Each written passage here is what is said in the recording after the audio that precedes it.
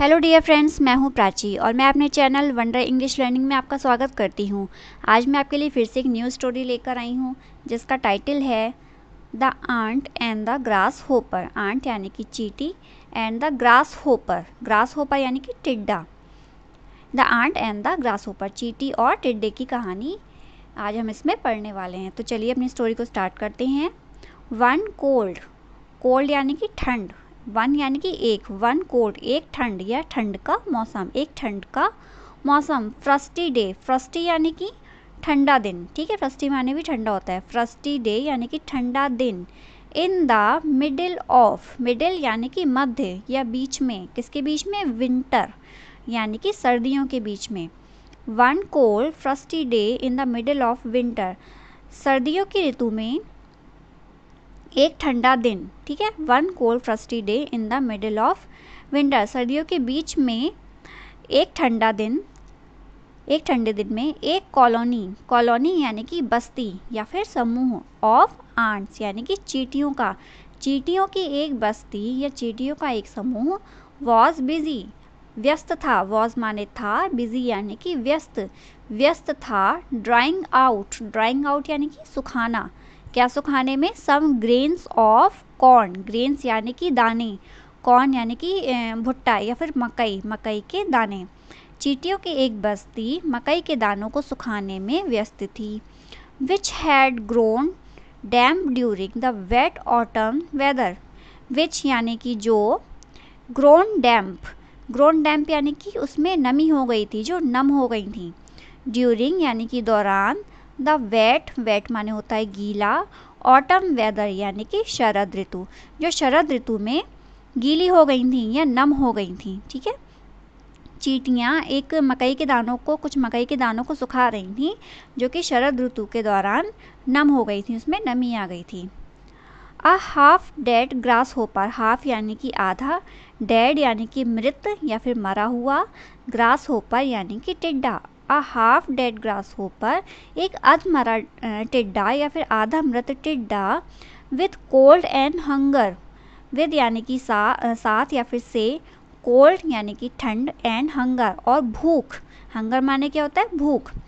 A half dead grass hopper with cold and hunger, भूख और ठंड से एक अधमरा टिड्डा केम अप यानी कि आया, to one of the ant, जो चींटी थी उनमें से एक के पास आया।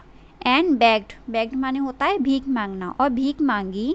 टू गिव इट यानी इसे देने के लिए, ए पीस यानी कि एक टुकड़ा, और टू या फिर दो, एक पीस या फिर दो पीस, फ्रॉम यानी कि से, देयर स्टोर, उन्होंने जो अपने पास इकट्ठा कर रखा था अपने स्टोर में से, ऑफ कॉर्न यानी कि मकई का, टू सेव यानी बचाने के लिए, इट्स लाइफ यानी इसके जीवन को। चलिए पूरी लाइन को ट्रांसलेट करते हैं।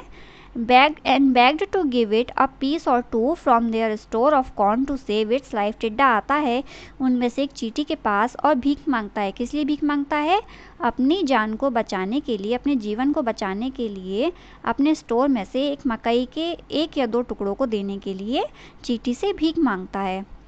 द आंट सैड, अब देखिए चींटी क्या कहती है। द आंट सैड, चींटी ने कहा, we worked day, we worked यानी हमने काम किया, वर्क माने क्या होता है? काम करना, हमने काम किया। डे एंड नाइट यानी कि दिन और रात, हमने दिन और रात काम किया। टू गेट यानी लाने के लिए, दिस कॉर्न इन, हमने दिन और रात इसे, इस मकई को लाने के लिए काम किया। वाई शुड यानी कि वाई माने क्यों, शुड यानी कि चाहिए, क्यों चाहिए। I give it to you, हमें इसे तुम्हें, मुझे इसे तुम्हें क्यों देना चाहिए। चींटियाँ ये कह रही थी कि हमने दिन रात मेहनत करके इसको लाया है, अब हम इसे तुम्हें क्यों दें, हमें इसे तुम्हें क्यों देना चाहिए। वॉट वर यू डूइंग, तुम क्या कर रहे थे। ऑल लास्ट समर, पूरी पिछली गर्मियों में, पूरी पिछली गर्मियों में तुम क्या कर रहे थे। वैन यानी कि जब, यू शुड तुम्हें चाहिए था, हैव बीन तुम्हें चाहिए था, गैदरिंग यानी इकट्ठा करना, योर फूड यानी कि तुम्हारा खाना। What were you doing all last summer when you should have been gathering your food, तुम पिछली पूरी गर्मियों में क्या कर रहे थे जबकि तुम्हें अपने खाना इकट्ठा कर लेना चाहिए था। ओह यानी कि अरे, आई डिड नॉट, मैंने नहीं किया। डिड नॉट यानी कि नेगेटिव सेंटेंस है। आई डिड नॉट हैव टाइम, मेरे पास समय नहीं था। फॉर थिंग्स, चीज़ों के लिए, थिंग्स यानी चीज़ें, लाइक दैट यानी कि इस तरीके की।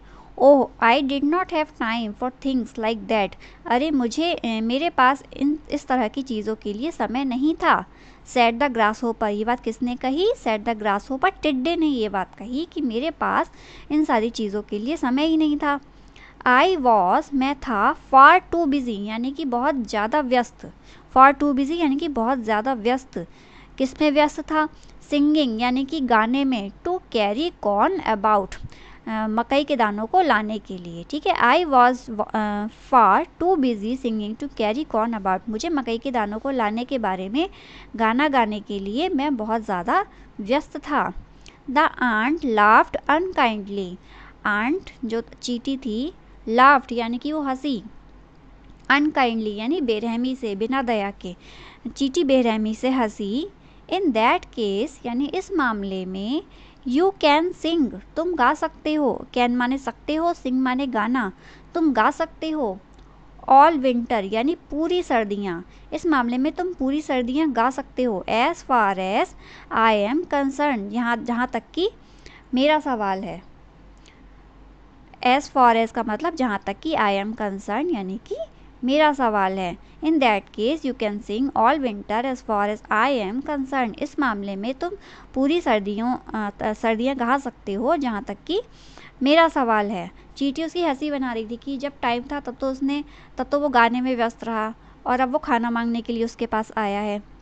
तो ही सैड, उसने कहा, एंड विदाउट एनदर वर्ड, और विदाउट यानी कि बिना, एनदर वर्ड यानी कि बिना किसी अन्य शब्द के, बिना कोई अन्य शब्द कहे।